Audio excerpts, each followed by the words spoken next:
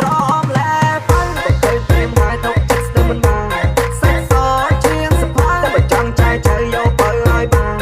យោនធ្វើជាគូស្គាល់បងឲ្យនឹងស្គាល់អារម្មណ៍សុខសាន្ត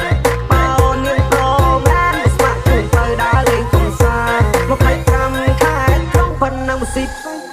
ដើរលេងមិនឲ្យអូនចំណាយលុយមាន power bank ទៅអូន